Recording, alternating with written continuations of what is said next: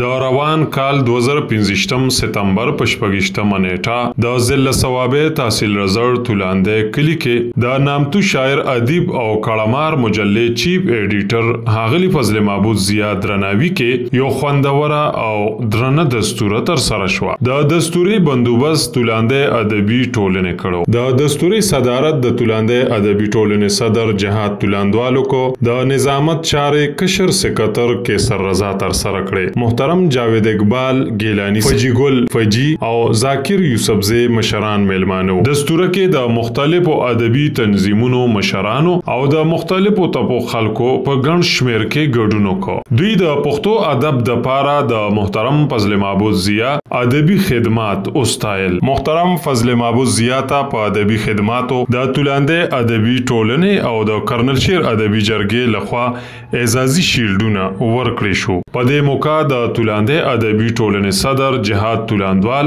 مشر سکرټر شاهد عالم یوسفزی، د تولانده ادبي ټولنې بانی مشر پروفیسر ډاکټر یاسین اقبال یوسفزی، د تولانده یونین کونسل پخوانی ناظم او سرپرست افسر علی خان ریډیو پاکستان ایکسټرنل سروس پښتو څانګې سره خپل تاثرات شریک کړل.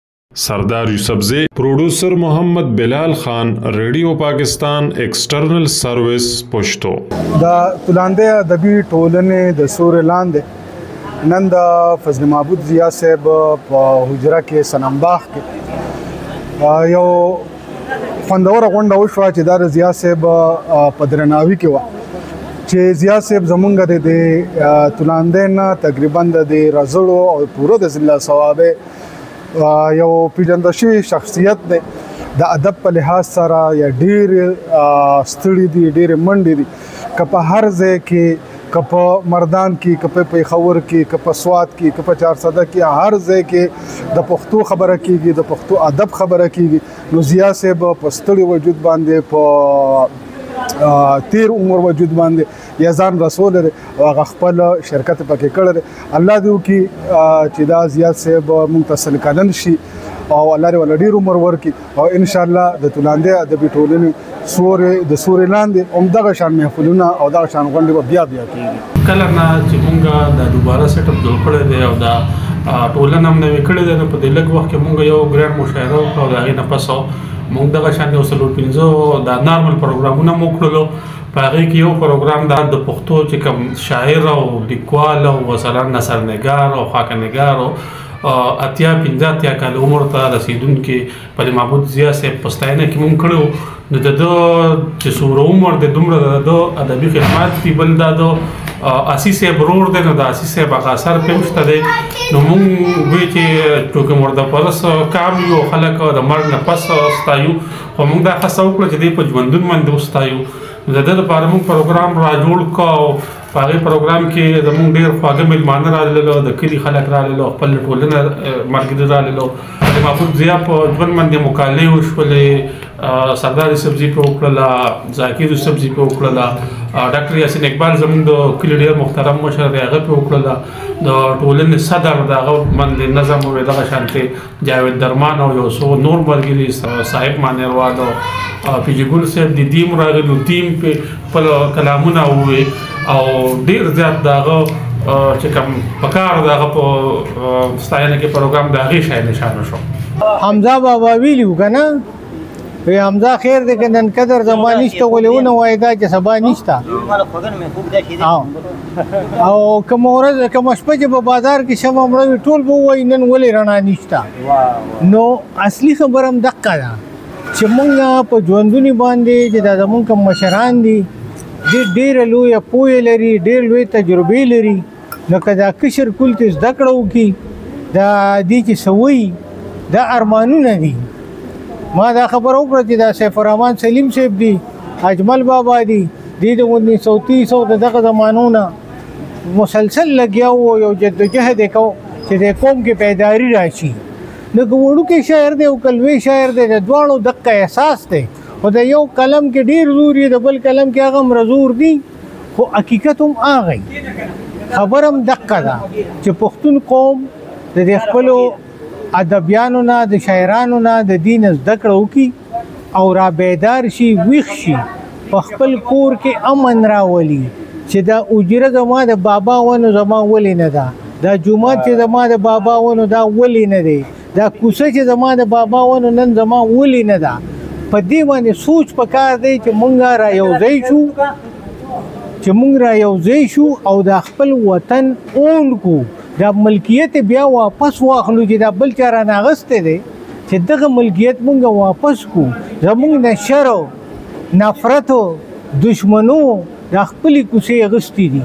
پکار دا ده چې مونږ دا اتفاق وکړو، دا اتحاد وکړو چې د کوڅه کې به بدامني نه، دې کې به بې مطلبه کس نه، دې کې به نقصاني سړی نه. نو چې دا مونږ اون کو نو هغې به کېږي که نه، چې مونږ یې ملکیت ومنو نو کېږي به. که مونږ وایو چې دا پردی دی، زه ته امریکې ته ځم، بل ته برطانیې ته ځي، که 500 کاله په امریکا برطانیه کې تیر کړي، ته درنېدی نه شي چې تر څو په خپله خاوره دروند نه وي. که ستا اداره جوړه نه نو ته په پردو ادارو کې که پی ایچ ډي وکړې او که پوسټ ډاکونه وکړې، چې ستا اداره جوړه نه هغه ستا د قوم په کار نه راځي.